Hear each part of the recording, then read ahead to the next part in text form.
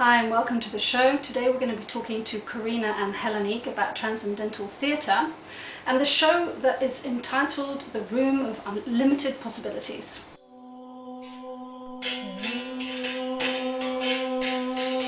This is your first show. Can you tell me a bit what inspired you to make this show in the first place? Okay. Actually, what inspired me is the different women I have around me. The play is about women, and it's about different women who have everything they need to be happy, but they are not. Okay, so it's sort of a play about searching and using the tools that you have? Yes. Okay, this is a one-woman show? It's a woman with her soul. Ah, okay. Mm-hmm. So actually she's, in the whole play, she's trying to find her soul, which is there, talking in sounds. And so one person is acting on the stage and then there's the voice of the soul? There is no voice, there is no sounds. Yes, sounds of the soul. So in the whole play this woman is trying to see her soul. And at the end she finds. She finds her soul? Yes. Okay, so it's like a journey? Yes, it's like a journey.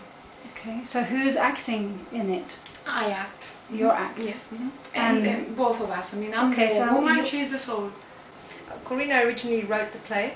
She's an actress, professional actress, and she approached me to work with her in order to bring the whole sort of production into a place where it can take a depth, an aspect where there's going to be obviously sound, vibration and music in a very specific way, really, created to sort of symbolize and represent this inner journey that's going on between her, the character, and her very strong intention to find herself. So the sounds are sort of symbolic, and they're sort of giving people the chance to be led into a little bit of a deeper meaning about what is really happening with this person on stage, and what is she discovering, and what does this all mean.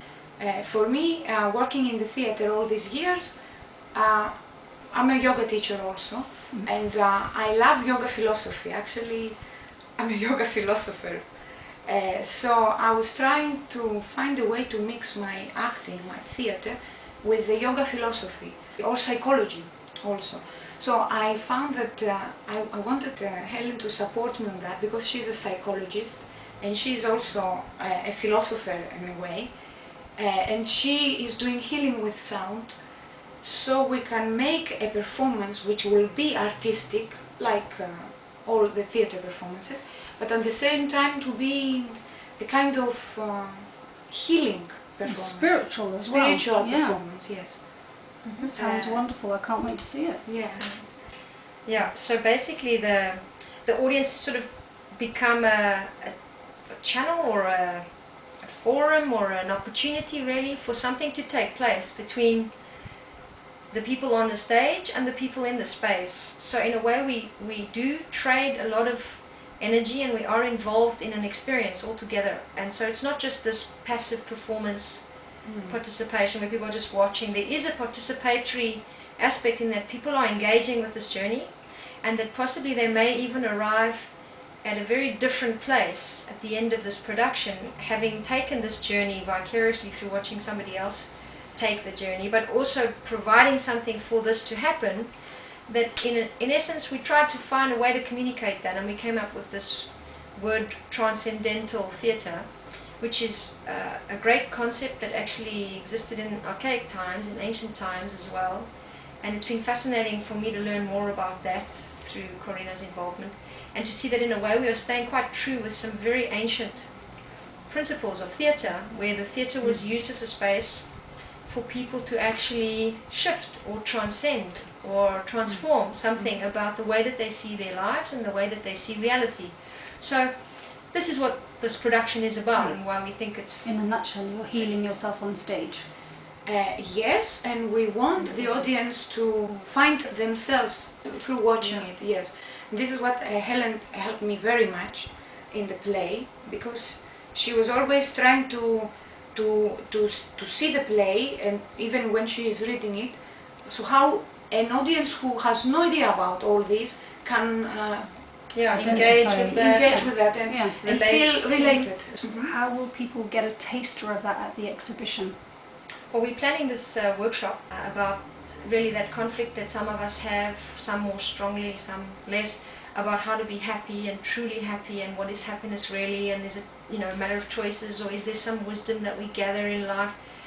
Some keys, some practices keys, maybe. yeah, keys for life. So in the workshop we're going to be looking very specifically at a piece of theatre that Korina will enact and I will produce sound, part of the play. Both of us will do Yeah. that.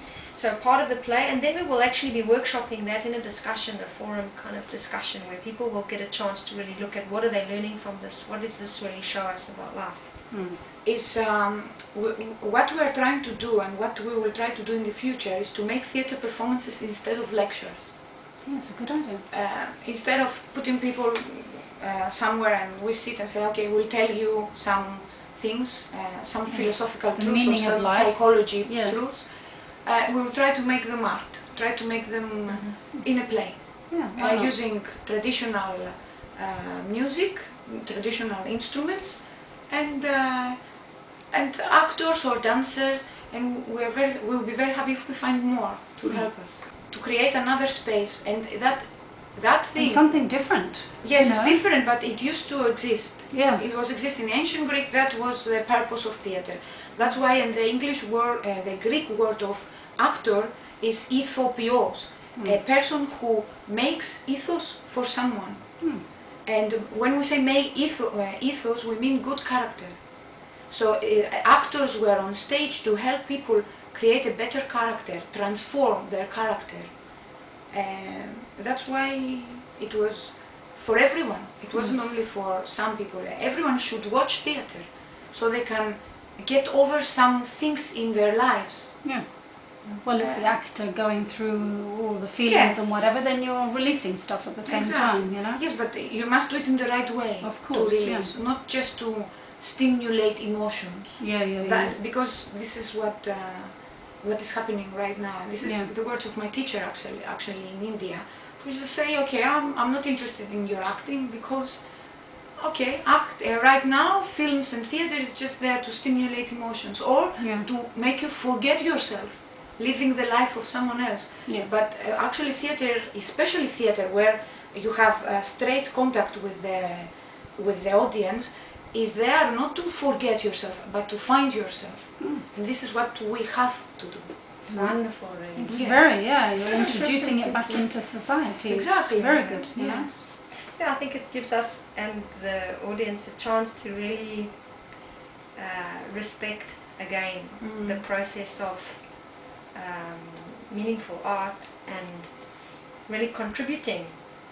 You know, how to really bring a deeper experience and how to take people to a place where they can actually respect their own ability to really be moved, and with good reason, you know, to really experience the truth in themselves and in the world and in what others have said. There are some parts of the production that Korina has worked, you know, I think very inspiringly to present some very deep wisdom from yogic traditions and from, you know, different philosophies into the play, to really give people like an experience that has integrity with regards to what really works in life and what we really need to understand in life. So it's not this kind of candy floss, fluff TV stuff that I think ultimately a lot of people are bored with and don't really get much out of it. It's very temporary. It makes us feel good for a while and then it's over. You know, this is something that goes a little bit deeper and that actually I think will help everybody in this space feel really grateful that we can actually have an opportunity to really get something of value, you know. As we present it in the play, there is a place, a space in the mind where it has no limits, and if we manage to go to that place, we have unlimited possibilities in life. We have unlimited knowledge, and we touch the creativity of the universe, which is thousands of times more than the creativity of ourselves, of humans.